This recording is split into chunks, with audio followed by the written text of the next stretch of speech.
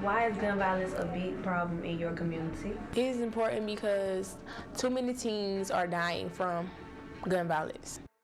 Gun violence is a big issue in my community because people are killing people with dangerous weapons. I'm parked outside of her subdivision, but they can't come on the scene until the police clears the area. So another part of that hurts me to my heart is he lived and he suffered. And on one of those 911 calls, I heard him begging the parent not to let him die. Please don't let me die, Miss T. Please don't let me die. Now a crisis team is now at an Atlanta high school to help students and staff. Police are now questioning a family member in the death of this 15-year-old killed. An Atlanta high school student is injured after an argument ends in gunfire on campus. It happened at Benjamin E. Mays High School in Southwest. Well, it's a pretty emotional scene here as the family members of one of the young men apparently shot just showed up. They wanted to get closer. I'm going to step out of the way, and you can see this expansive crime scene here in Southwest Atlanta. The whole section in front of this convenience store. Graduate was murdered in the parking lot of an apartment complex. Trevon Richardson had just accepted his rival schools Mays and Carver facing off at Lakewood Stadium tonight.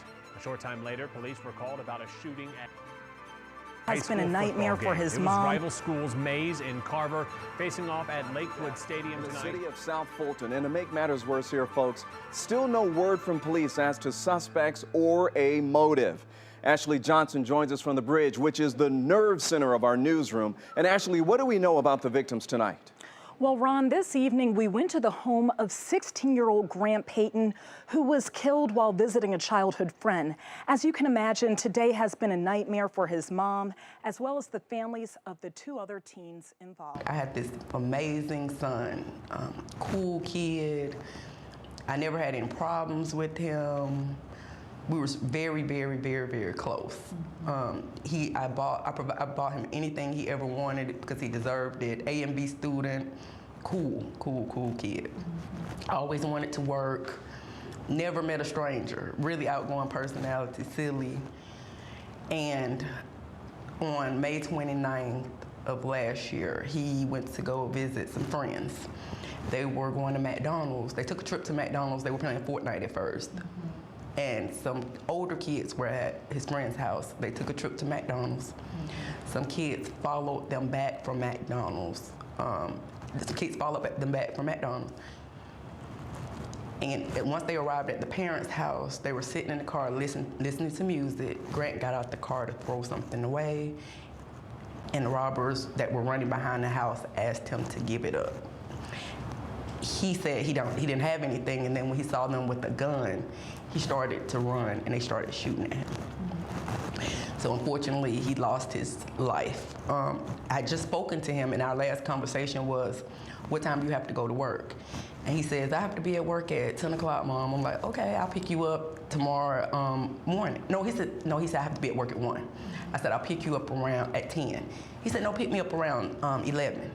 I said, okay, great, I love you. He said, I love you too.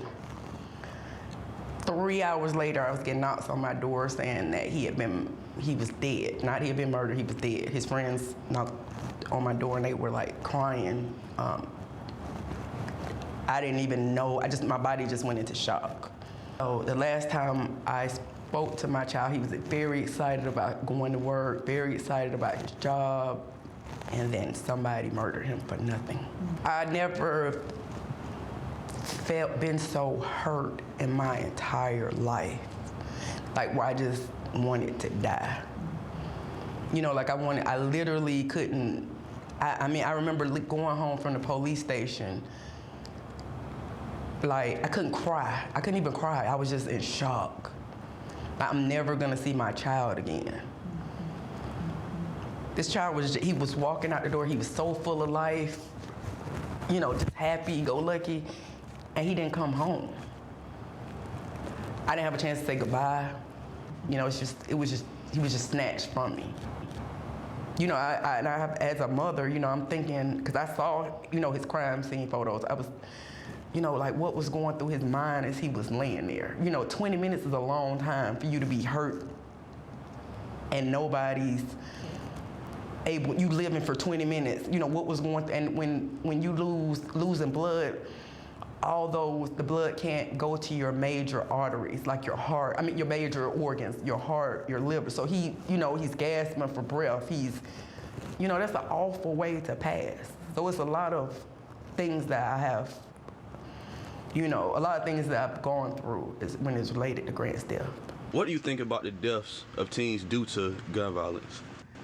You're gonna be kind of hot-headed to have a gun, 'cause I know how it was. But we have all these soft guns, big old guns like we got now. We have a little 22 back then, 25 automatic, stuff like that, shotgun and stuff. But we ain't had no AK, no Uzi and all that stuff like that, you know what I mean? So nowadays they just shooting random and just hitting anybody, killing anybody. That's I don't wish that on nobody, but they need to stay away from it. Cause either you're gonna shoot somebody gonna shoot you, you gonna rob somebody, or somebody gonna try to take that gun for you, you end up getting killed or whatever. Something. It ain't no good thing about none of that. I think it's real ridiculous, man, that the teens out here, they killing each other just, instead of fighting, instead of using hands. See, I see a lot of cases that come through the funeral home, as far as with kids done shot each other over girls, shot each other over money, just shot each other over words. And see, they need to go back to the basics to like when I was growing up. Throw the hands. You got hands for a reason. They ain't to pull a trigger. They to handle your business with, whether it be schoolwork, get money, whatever. So how I feel about the gun violence with the team, man, it's just ridiculous. They need to stop it.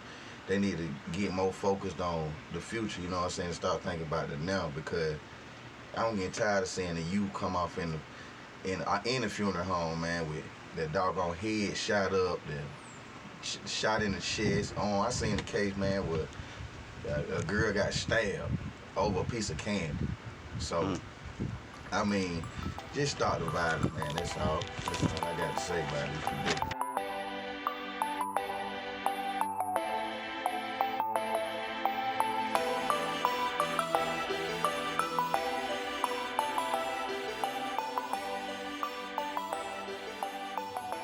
So that you can put the story together and recognize the level of royalty, and that your culture is your currency. It's your value. It's your vibranium. It's what's going to save you.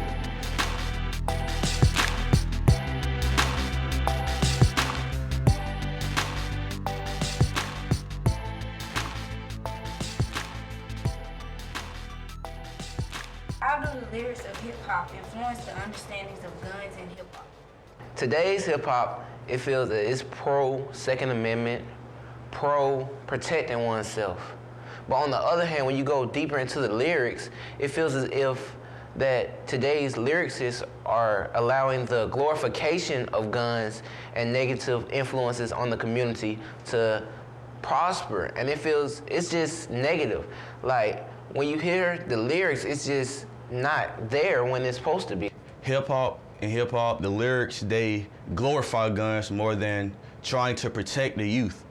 You see nowadays, you hear rappers talking about, kicking in those, I be in the trap with the sticks, doing all that and everything.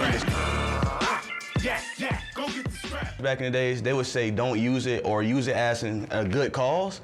But now into this day, where we at right now, they use it for the wrong cause, the wrong reason. At least use a gun to protect yourself. You don't have to go out here and kill innocent people or use it to rob someone. Use it to protect yourself, not to harm others.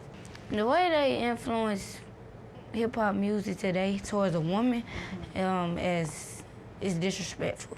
They use us as objects. Like, they don't use us as humans. They disrespect us, use us in different types of ways. Like, for an example, a song called Tatiana. In the song, he basically tells a woman to bust down and disrespecting how he want to demand her to do things and tell her what to do. Back in the day, they used to rap about loving each other, caring for each other, women and men together, being together, not disrespecting each other, using each other in a disrespectful way. I think the love storytelling would change the violence. Like Jay-Z and Beyonce, Killer Mike and his wife, Offset and Cardi B. Back in the day, it's just, you know what I'm saying, protecting oneself, black empowerment, black excellence. Can you relate to a sister dope enough to make you holler and scream? Yo, let me take it from here, queen. Excuse me, but I think I'm about due to get into precisely what I am about to do. Yo, check this out, man. We rolling this way. That march in 1963, that's a bit of nonsense. We ain't rolling like that no more. Matter of fact, the young black America, we rolling up with seminars, press conferences, and straight up rallies. Am I right? But now it's more the sense of hurting each other for one's reputation in the community and their neighborhood. Do you think hip-hop is the only genre that has fought against the gun violence or the issues we are attacking? No, I feel like hip hop is one of the main ones, but there are plenty of other genres such as, you know, rock and everything. But hip hop is mainly one of the big mainstream, you know, mainstream platforms for artists to come to talk about serious topics. Because I mean, like, who wouldn't want to listen to hip hop and listen to issues like that? Where else would you hear it? You're not going to want to listen to it when your friend talking about it. You're not going to listen when your teacher talk about it. So why would you want to come to a platform where everyone globally naturally can come together and talk about it and try to figure it out, but do it in like a fun way, but get people to keep listening and understand it? Hip hop hasn't been the only genre to talk about police brutality, gun violence, hurting oneself. But it's been one of the mainstreams of genres to talk about it. When you think about hip hop, you think about people fighting against the hatred they have in the community that they've settled in, the hatred they have growing up, you know what I'm saying, wondering where's their next meal, like stuff like that. When you listen to other genres, although they do mention it, they don't perfectly state, like in multiple songs, that that's what they're fighting for. They'll fight for other topics, or they'll talk about other topics and subjects. So I feel like hip hop isn't the only genre to talk about police brutality and gun violence, but it's been one of the mainstreams of genres to talk about it.